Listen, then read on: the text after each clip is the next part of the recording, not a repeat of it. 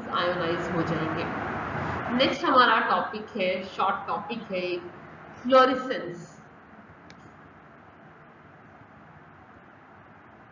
Fluorescence पढ़ा हुआ पहले? हाँ पढ़ा।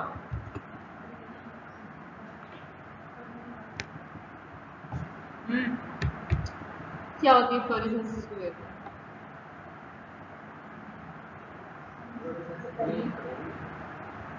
क्या है? अच्छा जी, हम डिस्कशन कर रहे थे फ्लोरेसेंस की। What is fluorescence? आप लोगों ने मुझे बताया कि इसका ताल्लुक लाइट से है ना, और आप इमेज क्रिएट करते हैं। बेसिकली फ्लोरेसेंस क्या है? फ्लोरेसेंस हम लाइट को भी कहते हैं। Fluorescence is the emission of light by a substance. Basically क्या है फ्लोरेसेंस का मतलब? लाइट है by a substance that has absorbed light or other electromagnetic radiation। ऐसा सब्सटेंस जिसने लाइट को एब्जॉर्ब किया हो या किसी भी इलेक्ट्रोमैग्नेटिक रेडिएशन को एब्जॉर्ब किया हो, उसमें से लाइट को निकलना एमिशन ऑफ लाइट कहलाता है। किस फॉर्म में लाइट निकलती है? लाइट हमेशा ल्यूमिनेंस की फॉर्म में निकलती है, ल्यूमिनेंस की फॉर्म में।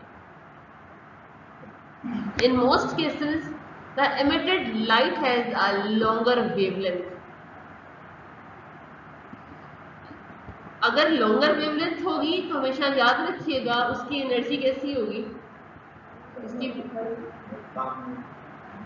वेवलेंथ और फ्रीक्वेंसी का क्या ताल्लुक है? क्या ताल्लुक है? हम क्या बात कर रहे थे? हम बात कर रहे थे कि आपके पास फ्लोरेसेंस किस फॉर्म में क्रिएट होती है? ल्यूमिनेसेंस की फॉर्म में क्रिएट होती है। और ल्यूमिनेसेंस क्या चीज होती है? चमक को कहते हैं ल्यूमिनेसेंस। इन मोस्ट केसेस जो एमिटेड लाइट होती है ना, उसकी वेवलेंथ लॉन्गर होती है, और जिसकी वेवलेंथ लॉन्गर हो जाए तो हमने कहा है कि उसकी एनर्जी कैसी होगी? कैसी होगी औसत एनर्जी कैसी होगी? जिसकी वेवलेंथ ज्यादा है तो मैंने एनर्जी पूछा। अच्छा जी, in most cases the emitted light has a longer wavelength and have a lower photon energy. Lower photon energy है देन द एब्जॉर्ब्ड रेडिएशन। ठीक है रखा। जितनी ज्यादा लॉन्गर वेवलेंथ होगी, फोटोन की एनर्जी उतनी शॉर्टर होगी, और देन द एब्जॉर्ब रेडिएशन के मुकाबले में। एब्जॉर्ब रेडिएशन जैसी आपके पास रेडिएशन एब्जॉर्ब हुई है, उसके मुकाबले में इसकी बात की जा रही है कि जो वेवलेंथ और लाइट निकलेगी, एमिटेड होगी जो लाइट फ्लोरेसेंस की फॉर्म में, उसकी वेवलेंथ ज्यादा होगी और एनर्जी कम होगी। Students, what is fluorescence and phosphorescence?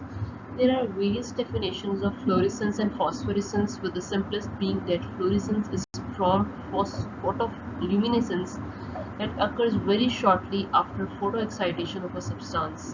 क्या मतलब है इस बात का? इसका मतलब है कि फ्लोरेसेंस भी हमारे पास फोटोल्यूमिनेसेंस है, मतलब लाइट की एक चमक है जो कि थोड़े टाइम के लिए ही रहेगी। लाइक अभी अगर आपने कोई शाइनी सरफेस आपके सामने है तो वो जो है एक आपके सामने एक जिसे कहेंगे थोड़ी देर का इफेक्ट आएगा और उसके बाद वो ख़त्म हो जाएगी।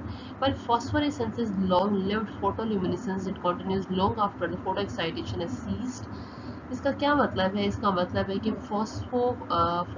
फॉस्फोरेसेंस हमारे पास क्या है? ये भी फोटोल्यूमिनेसेंस है, यानी कि लाइट की ही एक चमक है जो कि ज़्यादा देर तक रहेगी जब तक कि आपके पास फोटो एक्साइटेशन का प्रोसेस ख़त्म नहीं हो जाता। What is photo excitation? Photo excitation का मतलब है कि आपके पास इलेक्ट्रॉन्स एक्साइटेड होंगे और फिर जब वो अपनी जो है ग्राउंड स्टेट में आएंगे तब तक ये सारा प्रोसेस हमारे पास फॉस्फोरेसेंस का कंटिन्यू रहेगा, जबकि फ्लोरेसेंस का प्रोसेस थोड़ी देर के बाद सेकेंड्स में ही ख़त्म हो जाएगा। नेक्स्ट है थोड़ी सी मजीद एक्सप्लेनेशन है इसी बात की। अच्छा जी, इसमें हम फॉस्फोरेसेंस और फ्लोरेसेंस में हम मॉलिक्यूलर सिस्टम्स की बात करते हैं, यानी कि हम अपने एटॉमिक सिस्टम पे अगर हम इसे देखें तो ये क्या होता है इसमें, electrons in stable molecules always exist in pairs. Electrons जब आपके पास स्टेबल हुआ करेंगे तो वो पेयर्स में होते हैं, यानी कि मॉलिक्यूल्स की फॉर्म में, बॉन्डिंग की फॉर्म में वो स्टेबल होंगे। हमने बात की अगर एक इलेक्ट्रॉन होगा तो उसे हम क्या कहेंगे,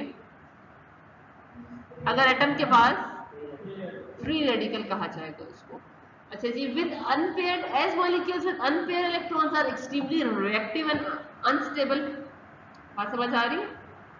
ये बात मैंने पहले भी बताई है कि स्टेबल कब होंगे, जब वो पेयरिंग कर चुके होंगे, बॉन्ड बन चुका होगा। अगर वो उसके पास एक इलेक्ट्रॉन है तो क्या होंगे, उसे हम अनपेयर्ड इलेक्ट्रॉन कहेंगे और हम क्या कहेंगे, एक्सट्रीमली रिएक्टिव और अनस्टेबल है। Electrons possesses an intrinsic angular momentum known as spin. Electron के पास क्या होती है, एंगुलर मोमेंटम होता है। इलेक्ट्रॉन्स अपनी जगह पर घूम रिवॉल्व भी कर रहे होते हैं और अपनी जगह पर, जैसे ऑर्बिट में प्लैनेट्स जो होते हैं वो ऐसे ऐसे अपनी जगह पर स्पिन भी कर रहे हैं, ऐसा है ना, वो चक्कर भी, गोल चक्कर भी लगा रहे हैं और अपनी ही जगह पे ऐसे गोल गोल स्पिन भी कर रहे हैं। ठीक है, इसी तरह हमारा इलेक्ट्रॉन स्पिन कर रहा है। And a pair of electrons can exist in one of two total spin states depending on the relative symmetry of the spins of the two electrons. Electron हमेशा स्पिन्स करते हैं और डिपेंड करते हैं कि किस तरह की स्पिन होगी उसकी सिमेट्री पर, क्या है, क्लॉकवाइज स्पिन होगी या एंटी क्लॉकवाइज स्पिन होगी। अच्छा जी, if two spins are in anti-symmetric configuration, the electron pair has a total zero spin. अगर आपके पास दो स्पिन्स एक साथ हो रही है, यानी कि क्लॉकवाइज भी चल रही है और एंटी भी चल रही है, तो हम अपने आप को कैंसिल कर लेंगे तो आपके पास स्पिन जीरो हो जाएगी। और अगर सिमेट्रिक कॉन्फ़िगरेशन है तो दोनों स्पिन एक साथ चलेंगी तो आपके पास स्पिन क्या हो जाएगी, टोटल स्पिन 1 हो जाएगी। एंटी सिमेट्रिक है तो टोटल स्पिन 0,